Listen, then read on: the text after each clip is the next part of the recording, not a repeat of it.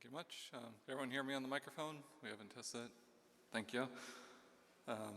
So Regeneron is one of the early adopters of SaaS Viya within the pharmaceutical industry. We began our journey actually well over a year ago, even before the newest SaaS Studio version came out to improve performance within SaaS Viya. During our testing, we of course encountered several obstacles that we didn't expect, some that surprised SaaS as well, where they might have either misunderstood or underestimated just the sheer volume of some of the things we do, the size of our log files, how many outputs we have to create, how we set up our files, etc. Yep. And what this presentation kind of aims to show is that when we encountered these issues, SaaS didn't just look at us and shrug and tell us, figure it out, we gave you the product, you gotta code around it and get it to work. No, we kind of worked hand in hand. We had collaborative meetings by the dozens where we met with developers. They provided us with code snippets to try out different solutions to walk through. And as I said, it was a very, very collaborative experience that was very nice to participate in. The focus of this presentation is going to be on one of the main issues that we ran into along the way was what happens when our batch run process that we've used for years at Regeneron doesn't work anymore. And how did we come up with a solution to continue working within SaaS Viya? So the agenda, I'm going to give a short background of Regeneron and what our current process, or our previous process now, is. Going to talk about what the batch submission process is and why do we have to have it in the pharma world. Again, the previous process, all the different kinds of routes that we explored while working with SaaS, and then kind of focus on the details of which path did we choose in the end and why did we wind up choosing that path. So background on Regeneron. Regeneron's a biotechnology company. It invents and develops medicines for disease, cancer, and other conditions. It produces its own medicine in-house. It's most known for products such as Dupixent, Eylea, RegenCove during COVID era not too long ago. We just had another announcement for a hearing loss medication for children, if you've seen the news recently. In the pharmaceutical world, Regeneron is known as a sponsor, and that includes scientists, doctors, statisticians, and programmers are all in-house. Statistical programming is currently migrating from SAS 9-based system to a SAS Viya cloud-based system within an SCE, statistical computing environment. We've successfully moved several compounds over into Viya, and we have programmers actively working in Viya, and we're currently migrating the rest of our compounds throughout this year to hopefully move everything over into Viya by the end of the year. So we're working closely with SAS and our IT collaborators during this process to make it all happen smoothly. So it's background on kind of how we structure our file system.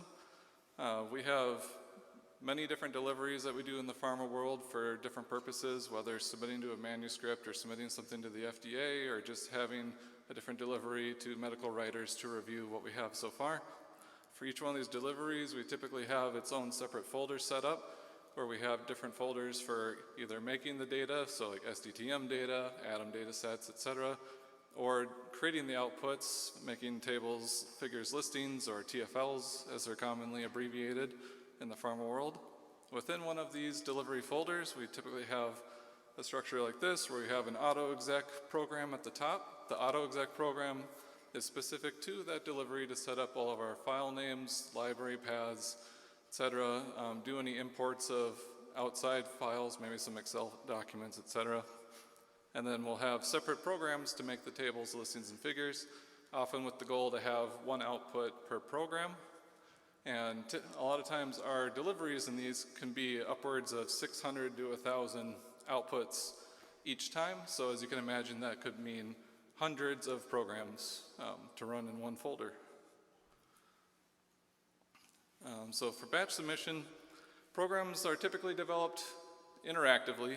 We can't just automatically pop something out. We don't have the AI to create it yet. And this opens up the potential for programs to be run out of order or have other types of mistakes. Maybe you have one interactive session from a different program that's run, create macro variables, and then you switch to a different program without resetting. Now the macro variables might go to that session and not have the intended effect that you wanted. So to avoid this, when we are doing submissions, we run our programs in something called batch, which means it's submitted top to bottom. It's in its own isolated environment, so nothing else to affect it or interact with it. It avoids any interference or carryover, and it also reveals any errors from running out of sequence code. So maybe you defined a macro variable at the end of your program that you then for some reason reference at the start of your program. Running it in batch will show this error where sometimes it doesn't show up in interactive. Our previous process used for SAS 9 Regeneron is not currently available within SAS Viya, and I'll kind of highlight why that is. For our previous process, our current SAS 9 installation is Linux server based. We have an in-house macro, aptly named %batchrun, that passes a terminal script through the X command to run the program and the autoexec together in batch in an isolated session. Another macro that we have can also be run then to observe what the current job queue is, the status of those jobs, whether they finished and completed, or if they had an exit code of some kind to show that an error happened, so forth. So to kind of diagram it, it looks like this. Let's say we have our 3 programs that we want to run in batch. I call them into the macro using a parameter to say which programs I want to run. This %batchrun then commands or passes the parameter into the X command bash script, which then will start running the programs in autoexec together in different isolated sessions. It can run them in parallel, it can run them in sequence, so it has a good amount of flexibility involved with that. So the roadblock that we then encountered as we started switching over to Viya is what happens if this doesn't exist anymore? Because within SAS Viya, by default, we did not have access to the X command, which is something that we actually were using pretty extensively. And again, it throws a giant wrench into this work. So if we take that out, how do we now get from the left side to, again, achieving what we have on the right side? So quick summary, the X command is required for our previous process to function. The X command was disabled by default within Viya, which kind of broke that process. And we had to come up with a new method in order to continue moving forward with our migration. And this is where a lot of our collaboration with SAS started. We explored routes. Some of them we kind of found ourselves and had discussions with SAS, and others SAS brought to the table with us to see would these solutions work for what you have.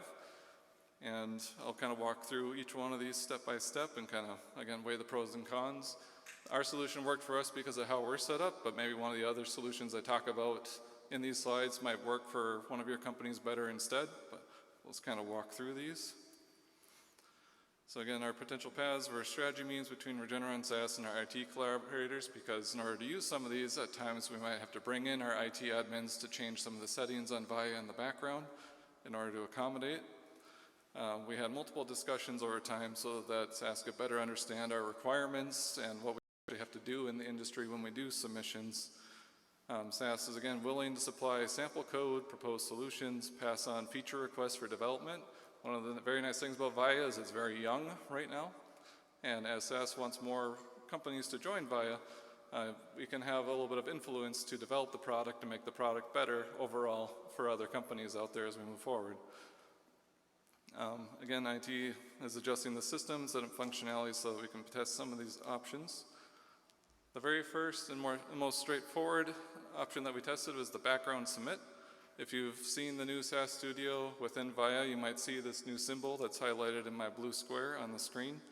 Basically what this does is it takes the current program that's open and it submits it asynchronously to the background. Asynchronously meaning that you still have control of your current session. The job that you're submitting to the background just happens to run in the background, and SAS Viya will let you know when that program finishes running. You could also potentially run multiple programs at once. If you go into the server list and open up the different programs that you have in there, select multiples, right click, and you can see at the bottom of my screenshot, there's the background submit. So you can submit multiple programs in that session. So when I first looked at this, this kind of fits all the things I needed to do, right? I needed to have a way to submit a program from top to bottom in an isolated space, produce a log file and such for me. So at first glance, it seems amazing, it seems great. The pros with this is it again fulfills the need to run the program top to bottom, isolated.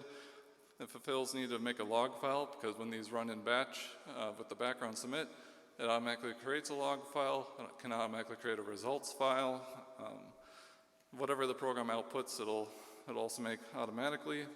You're also able to monitor it in the environment manager. So if you've been in VIA, there's the environment manager. You can go to workload orchestrator. You can see your job, if it's currently running or not. You can click it, cancel it, etc. It shows up as a unique job. The cons, which kind of gave us our first roadblock, is you cannot preface the background submit with another program. So when I showed my diagram at the start, where I have all of my individual like TFL programs, they're separate from my AutoExec program. And if I don't run the AutoExec program first, none of the file paths are created, none of my line names are established, so the program is just going to error out and completely not work. One of our suggestions we had is, well, can you just throw a %include at the start of your program to the AutoExec?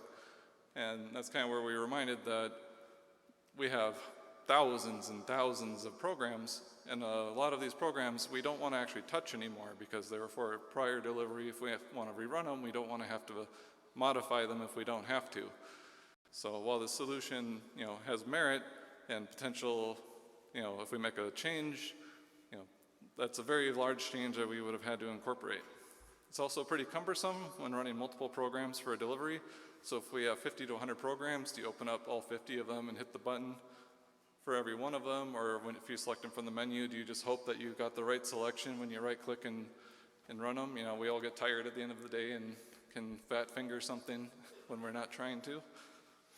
And as it stands now, there's no real automation ability, so there's no data step function or something where you can specify a file path and say, background submit this program for me.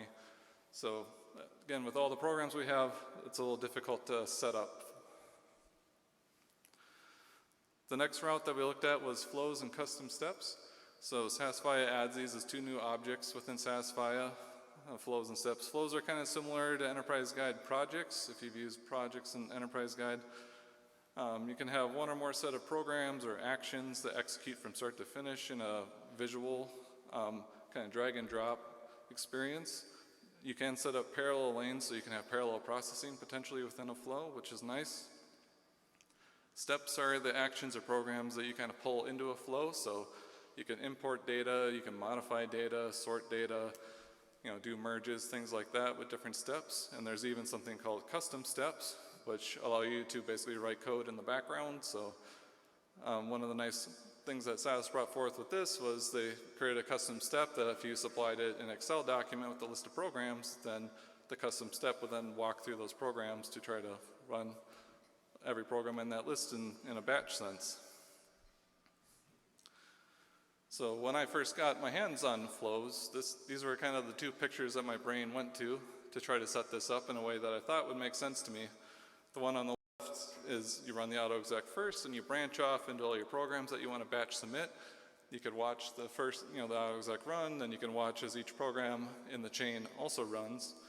The one on the right was kind of a secondary thought I had where instead of having the AutoExec lead into all the others, the AutoExec could be in a parallel lane with each one, where in my mind this felt like it would be an isolated lane for each program, potentially creating a log within each of those swimmer lanes. So again, weighing kind of the pros and cons of this is that flows allows an easy to read visual organization of the programs and steps, so you can easily see what you have laid out and how it would run. It would potentially allow the AutoExec to run prior to the program in the flow, as we saw in the previous picture. With the right combination of steps, you can output 1 log file per program run. If you incorporate those custom steps, you can use things like procprint2 to wrap around the programs in order to isolate the log and make a specific log file per program.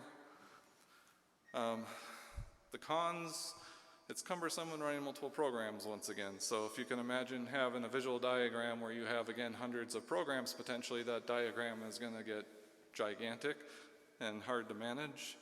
And if you want to slim that down, that's going to require a custom step to cycle through the programs.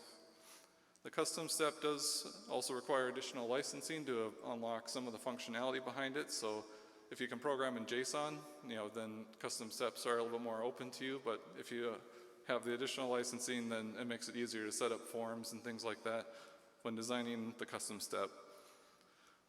Where we really ran into a roadblock with this was the second bullet point over there.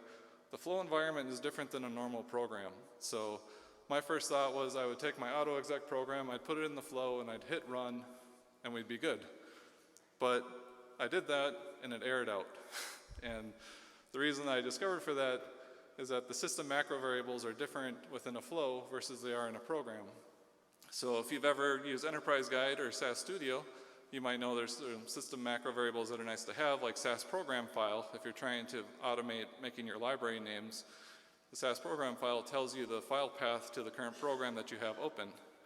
But in flows, the flow is not a program. The flow is a set of steps and programs put together, so it doesn't populate this macro variable. It's not like running a single program, like my mind initially thought when I looked at the diagrams. So certain programs for automation like this just might not work within a flow without some updates. The second issue is that by default flows output one log for the entire flow.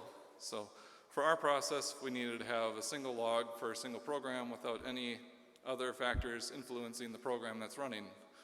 So those were the cons involved with that. Again, there might be ways to set this up, especially with custom steps, which give a lot of flexibility. But we ran into a couple of the major roadblocks and the cons for this route. The next route is something called CLI, or Command Line Interface.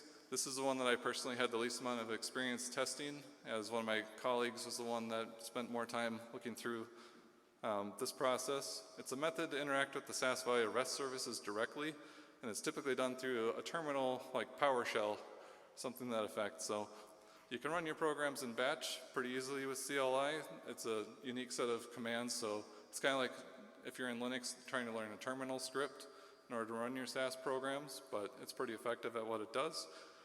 The file system can also be accessed and modified. You can access which jobs you have that are currently running and what their statuses are and such through CLI. So on the surface, it seems like it's another potential solution. It allows a program, again, to be run in batch. It even has options built into it, so you can specify an AutoExec program to run with your program that you're batch running, which is great. It allows options to output logs and lists into the files that you specify. Again, job results can be accessed and viewed, so with another command, you can pull back and see what jobs does your current user have that are up and running, which ones have completed, so forth. The cons with this one is it was very extensive to set up and prepare to use CLI. For our testing purposes, we had to set it up on a virtual desktop with a terminal in there, so we had to log into a desktop, open the terminal, and you also have to, again, learn the terminology in order to run your programs correctly through there. So it's like adding on another language for programmers to learn in order to operate this way. We found it difficult to automate running a lot of programs through batch at once, because as far as I'm aware, it was just one command line to run one program and output with a specific set of options. And we ran into issues where it wanted to store the results and log within a folder in the location instead of in the actual location we were running things at. And we had some back and forth, but weren't able to get around that. So I have several feature requests that I've kind of pushed to hopefully try to improve this a little bit. I feel like if we had access to CLI from a data step and had functions that could actually run the CLI steps within a data step, it'd make it a lot easier to automate running everything, to give us access to be able to track which jobs are currently running programmatically. So again, might not be a solution for now, but if we keep pushing for improvements, I feel it has good potential for the future. The last route that we explored is called remote submit, or rsubmit. Remote submit takes code between an rsubmit and an rsubmit statement, and it runs that code within an isolated session, kind of parallel to your current session. You can pass macro variables to and from this isolated session. The sign-on statement can be used with rsubmit to specify context and services, and this was very handy for us because we ran into issues when we were migrating. from a WLAN1 encoded context to a UTF-8 encoded context, we had some issues when it came to converting data sets between the two, and the solution we came up with is we actually added a WLAN1 context into VIA, and with different sign-on statements you can actually specify which context you want to submit your code to, so it adds some flexibility for the code that you're running. You have the ability to choose to run your program synchronously, meaning your session locks down until it's finished, or asynchronously, meaning you have control of your session and the job runs independently in the background. And lastly, the wait for statement allows flexibility of sequencing programs. So if you're running things synchronously and you want to potentially now stop and wait for those to finish, you can set up 3 programs to run in parallel and then say wait for, so you can wait for those 3 to run and then run another 3 and so forth. And I'll kind of explain how we use this in further slides. The setup for this basically looks like this. There's these statements called %sysoutput, where you can specify a macro variable to pass to a specific session, or in this case, the word task is the name of our session. It's just an arbitrary name. So if you're doing something like a macro loop, it's pretty easy to do, like task &I to do task 1, task 2, task 3, and so forth. rsubmit has a starting statement and an end rsubmit statement. The code in blue is just whatever gets run in the isolated session. So in this case, I just have a simple graphic code that I threw in there. And %output is kind of the opposite of %output in that you retrieve the macro variable from within that session. Within the rsubmit statement, you can see there's a few options. You have process equals task, so you can assign, again, that name to this current process. So if you're doing things like sign-on statements or pushing macro variables, it gives you a name to associate for those statements. The wait statement tells it whether to run synchronously or asynchronously. If you wait for it, so wait equals yes, that means to be asynchronous. If you say wait equals no, then it's synchronous. And CMAC-var is there to save the current status of the job into a macro variable name. Although I never did get the CMAC-var to work for what I wanted it to. For the sign-on statement, we are given by SAS this grid service enable statement. So this allows you to enable grid service, as the function kind of indicates. You tell which context you want. So again, this is where you can specify different contexts for like the different encodings, or maybe you have different setups in your place of work. The sign-on statement then specifies the same name. So again, we see that name task showing up, and that's just how we keep consistency between all these statements, is that name I mentioned earlier. And once the sign-on runs and the rsubmit starts, it will connect to whatever that sign-on statement points to. So pros, it allows the program to be run in batch. Any program can be %include with the rsubmit space. It doesn't have to be strict code. It does allow %include statements. So as I'll show in a later example, %include the auto-exec, %include the code, and you're good to go. You can pass macro variables into the space for directories or program names. It enhances automation. I know earlier I mentioned that you don't really want to interfere with the isolated space, but I'll kind of show an example later with that SAS program file variable I mentioned. So if we're running these things in batch, the rsubmit space also does not have that SAS program file macro variable initially created, because it's not an actual program saved somewhere. It's a space that we created just to run some code that we have. And again, you can use sign-ons to access the VIA grid service. And when you access the grid service, you also get use of something called an auto balancer in SAS VIA. So when you're in VIA, you might have 1 to 10 worker nodes, or however many you have set up. These worker nodes are what run your jobs. If you have the auto balancer and you're using the grid service, this auto balancer can take a look, see worker node is at 90% full. We probably shouldn't throw another job on there, so it might push that job to worker node number 2. So again, it automatically balances your jobs across your worker nodes to hopefully keep everybody happy.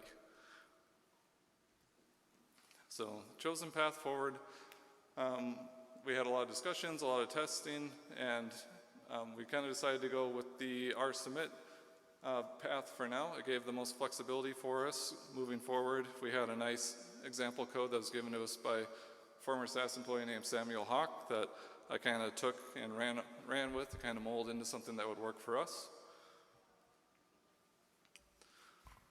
So we found that this allows the greatest flexibility to include the code in an isolated space. We could include our AutoExec program without modifying our current programs, because within that RSubmit block, I can just include the AutoExec there without having to touch either of the original programs.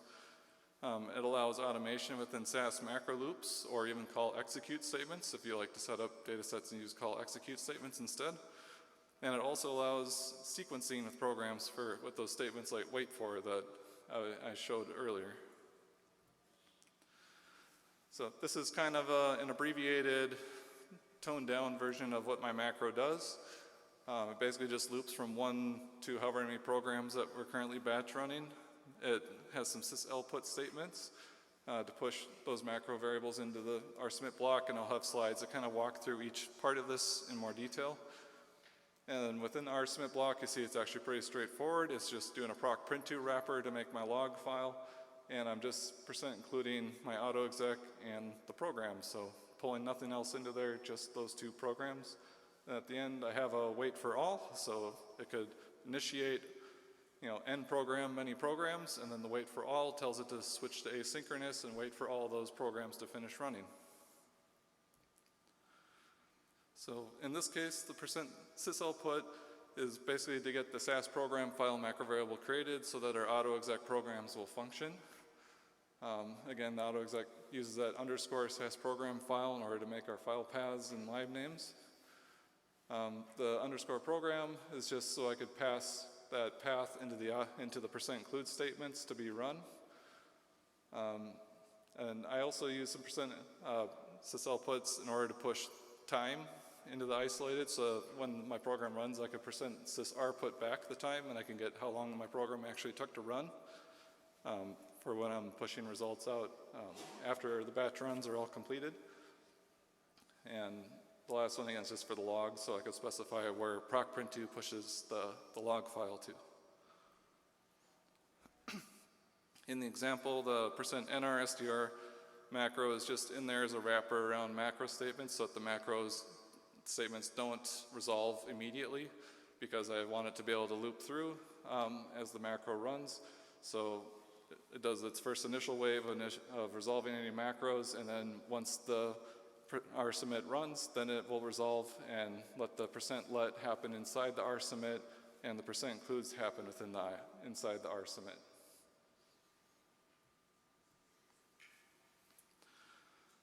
So when executing RSubmit statements asynchronously, the wait for statement can be specified to pause the program until the session is complete.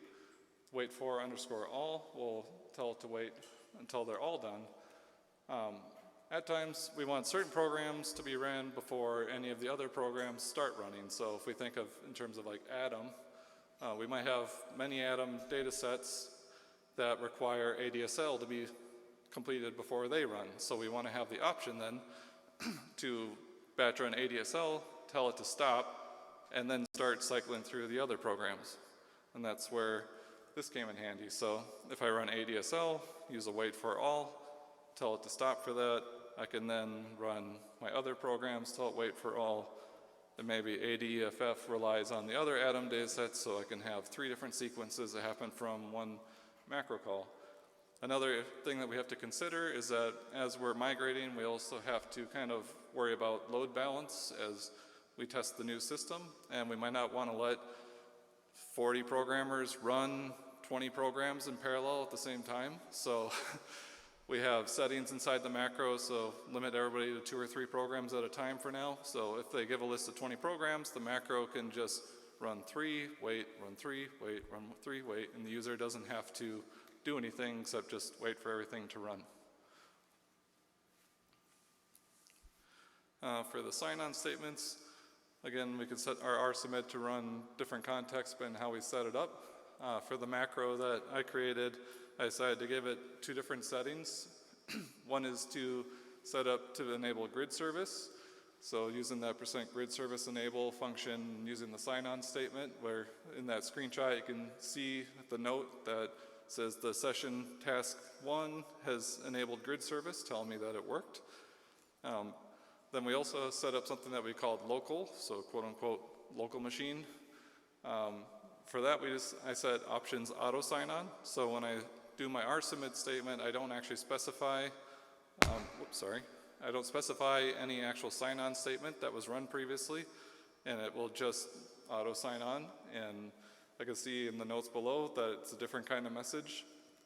And you might wonder why I have two different options, and I'm glad you asked. So under the grid service, we again have our pros and cons list. When you use the grid service, it allows you to use the auto balancer in order to assign jobs to the best worker node available currently. It also creates a separate job ID for that program to run. And when you have a separate job ID, that means it's easier to track within the workload orchestrator. You can not only track it better, you can also kill it individually if you have a runaway program of some kind. The cons are, it's a slower time to build a connection before starting a job, where it could take upwards of 5 to 15 seconds sometimes in order for that connection to actually enable before the program starts to run. And again, it creates a separate job, wherein our job slots might be currently limited as we do load testing. For the local machine, the pros are it's a quicker time to connect. It's usually about 1 to 2 seconds before it kicks off the program because it doesn't have to connect to anything.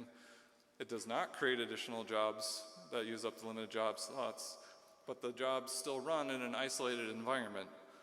The cons is that it runs all the jobs on the same worker node, so if you have very intensive jobs, it doesn't use the auto balancer in order to push those jobs to the less used worker nodes, and you run the risk of potentially increasing the CPU usage of one of your worker nodes.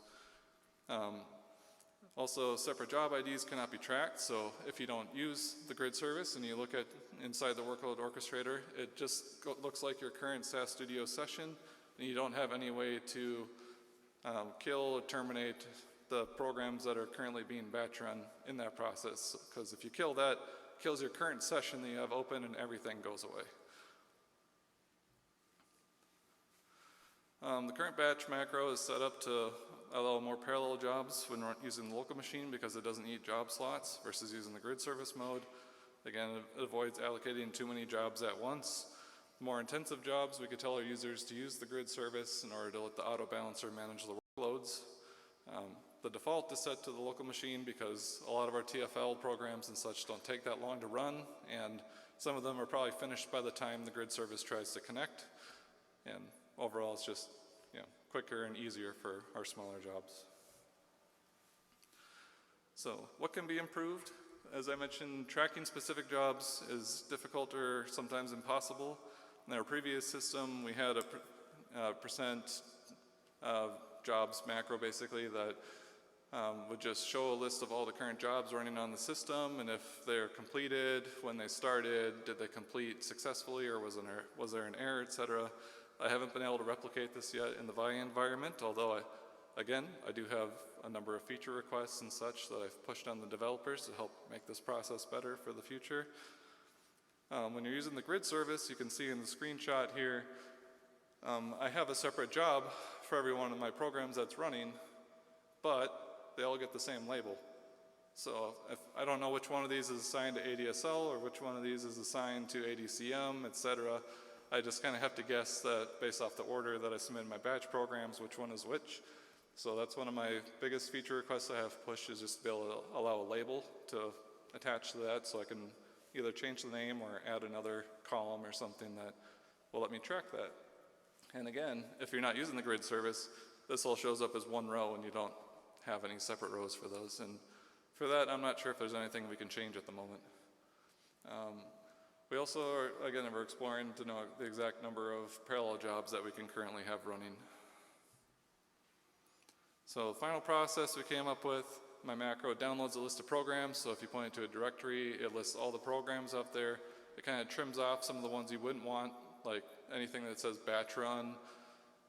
For example, like you don't want to accidentally batch run your batch run program and get into a weird loop. From there, I added on 4 different ways to filter that selection down.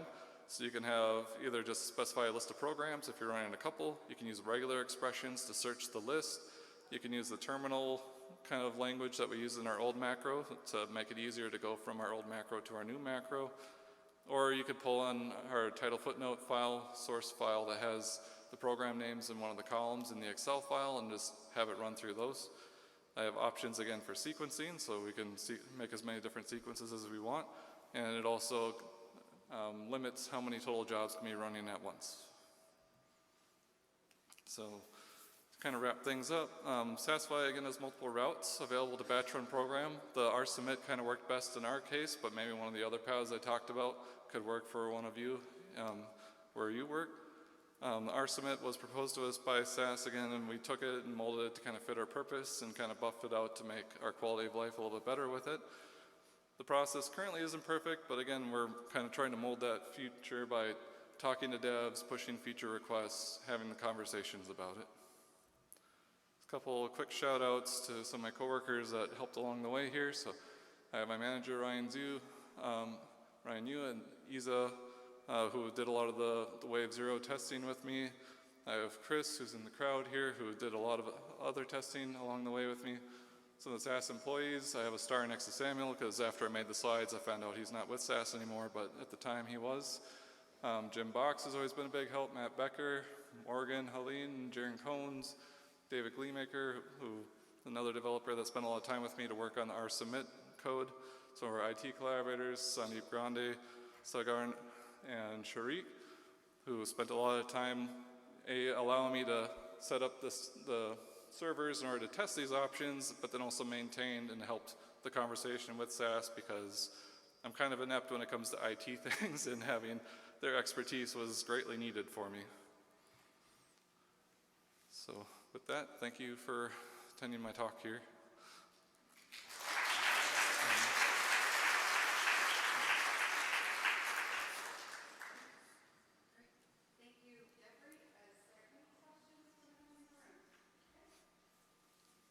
Start with the gentleman in the blue shirt here. Squeeze past you. I heard that the X command is disabled by default, and I understand it can be enabled, risking some security concerns, but it is a possibility, and it's one of the things that we are considering. Have you ever considered that option, and have you thought about any pros and cons? Yeah. So we actually did wind up enabling it, but I wasn't gonna, advertise that in my presentation for everybody else to push on. So, but I didn't come up with any solutions using that on the new system. The new system's on Kubernetes, and I wasn't sure the differences between Kubernetes and our Linux system. So I wasn't sure if we'd be able to come up with scripts or not, but it's another route for us to also explore in the future. Yeah. I think she's going back with the microphone.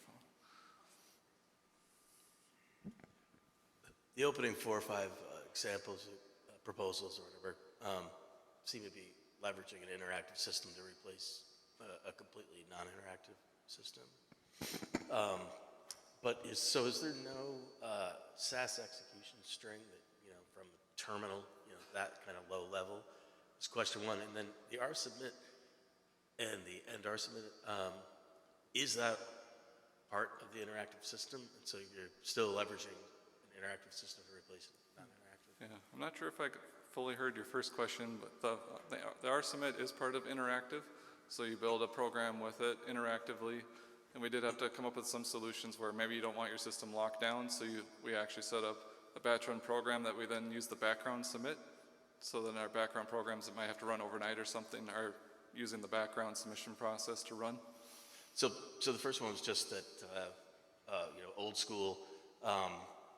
If your BIOS on a Linux system, you have a terminal.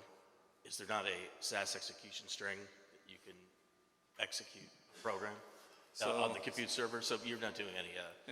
At my previous job, I had, I think, what you're talking about, where we actually went into the Linux environment and we could run things from the terminal if we wanted to with like a SAS or SAS-I command.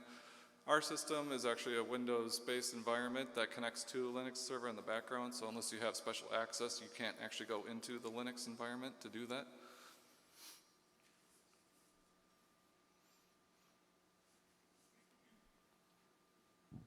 Hi, Did you consider using call execute, or did you rule that out? Yep, I did actually have a version of the macro that used call submit, and it does work. It allows you to kind of bypass having to use like %sys output, %rput if you don't want to use those, because you know you can just pass those values in the R submit to make your paths as you want them to be.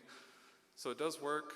I'm more comfortable personally with macros versus call executes, but I think both routes can work fine.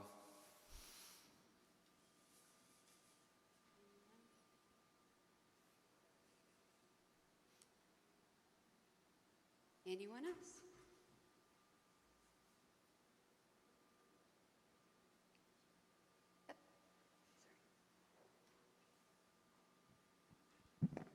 Thank you for the presentation. You mentioned the environmental manager, right? Is that something end user has access, or is it something only IT has access? Sorry, I think the microphone is a little away. If you say Sorry, that. the environmental manager that you mentioned, right? Yep. Is that something end user can access, or? Yeah, so I'm not sure if they have it via setup. I'm assuming in the booth area there's like a try it if you want to try it. Okay. If you look at SAS Studio in the upper left corner, there's like, I think they call it a hamburger or whatever, bunch of lines stacked. You can click on that, and that's where you see like visualize and make code and all the other different apps you can jump to. One of those is called Environment Manager, and within there's a series of apps like we have the access to the workload orchestrator that shows us what jobs you have running and their status and such. Sure. Thank you. Anyone else? Okay. Well, thank you, Jeffrey, and thank you for everyone coming today. Thank you much.